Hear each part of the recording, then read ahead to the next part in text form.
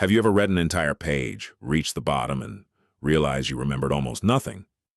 Not because the words were hard, not because the book was confusing. You were looking at the page. You were moving your eyes across every sentence.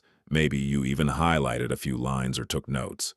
But somehow when you stopped and asked yourself what you actually learned, your brain gave you almost nothing back.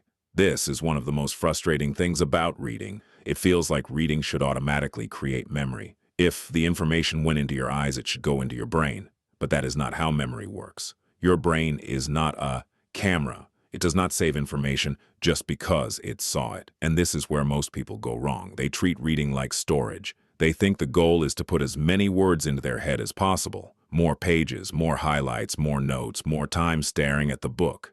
But remembering what you read is not really about how much information you put in. It is about how well your brain can organize it, use it, and pull it back out later. That is why two people can read the same chapter and get completely different results. One person finishes the chapter and only remembers a few random sentences. The other person can explain the main idea, connect the details, and actually use what they learned. The difference is not always intelligence. A lot of the time, it is the way they read. Most people read in a straight line. They start at the first sentence, move through the page, reach the end, and hope the meaning somehow sticks. But your brain needs more than exposure. It needs context. Context is what tells your brain where the information belongs. Imagine someone handed you a random puzzle piece. You might see the color, the shape, the tiny details. But without the box cover, the piece does not mean much. You do not know if it belongs to a sky, a building, a face, or an ocean. But the second you see the full picture, that piece becomes easier to understand. Reading works the same way. If you jump into a book without context, every paragraph is just another puzzle piece. Your brain has to figure out what matters, what connects, where the author is going, and why any of it matters, while also trying to remember the details. That is too much at once. So the first step to remembering what you read is not reading slower. It is building a map before you start. Before you read a chapter, look at the title, look at the headings, look at the first paragraph, look at the conclusion if you need to. Ask yourself one simple question. What is this section trying to explain? That question gives your brain a job. Now, you're not just reading words. You are looking for an answer. If the chapter is about habits, your brain starts looking for how habits work. If the chapter is about memory, your brain starts looking for what causes forgetting. If the chapter is about history, your brain starts looking for the conflict, the timeline, and the reason events changed. This is important because your brain loves patterns. It remembers stories, sequences, problems, causes, and consequences better than isolated facts. So when you give your brain the shape of the chapter before reading it, the information has somewhere to attach.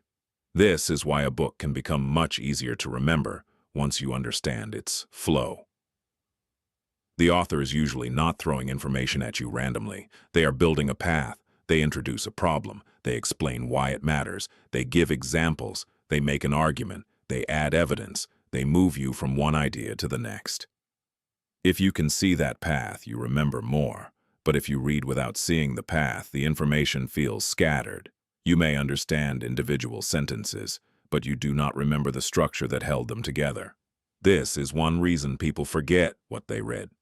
They remember fragments, but not the framework. So, before you start, make a tiny prediction. What do I think this chapter is going to say? What question is it trying to answer? What do I already know about this topic? Even if your prediction is wrong, it helps, because now your brain is active. It is comparing what you expected with what the book actually says. That comparison makes the information stickier. But context is only the beginning. The second reason people forget what they read is that they read too passively. Passive reading feels productive because you are technically doing the activity. Your eyes are moving, the pages are turning, the video is playing, the audiobook is running. But your brain is not being forced to do much.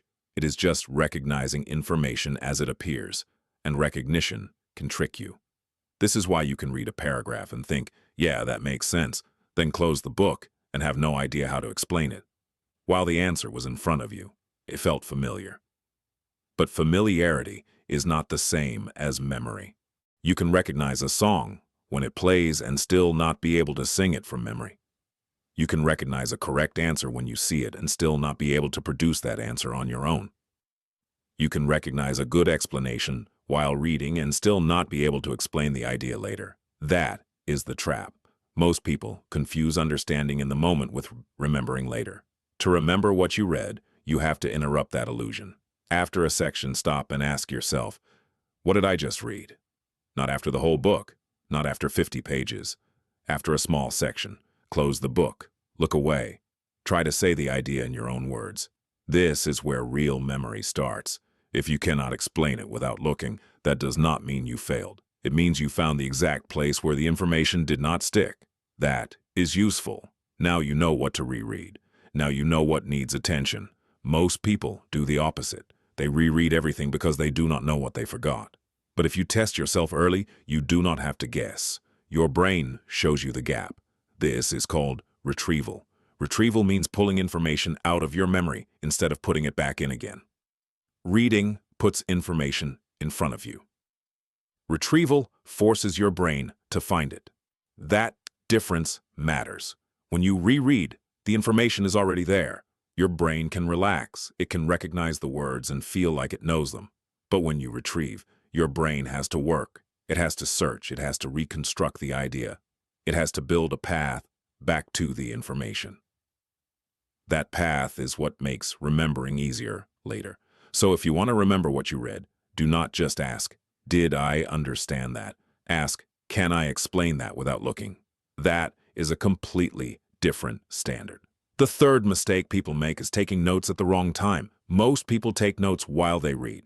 They see a sentence that sounds important, write it down, highlight it, copy it, and keep moving. This feels smart. It feels active. It feels like they are saving the important parts. But a lot of the time, they are not actually learning. They are just moving words from the book to a page. The problem with copying notes while reading is that it lets your brain stay passive. You do not have to understand the idea deeply. You just have to notice that it sounds important. That is not enough. A better method is to wait until the end of a section or chapter, then close the book and write from memory. Write the main idea. Write the most important example. Write what the author was trying to prove. Write the one thing you would tell someone else if they asked what that section was about. Then reopen the book and check what you missed. This accomplishes two things at once. First, it forces retrieval because you have to pull the information out without looking. Second, it shows you which details were actually important enough to survive in your memory. If something mattered but you forgot it, now you can add it. But now the note has a purpose. You are not copying blindly. You are correcting a gap. This is also why your notes should not just be quotes. Quotes can be useful sometimes, but if your notes are mostly copied sentences, you may end up with a second version of the book instead of a memory of the book. Good notes should be compressed.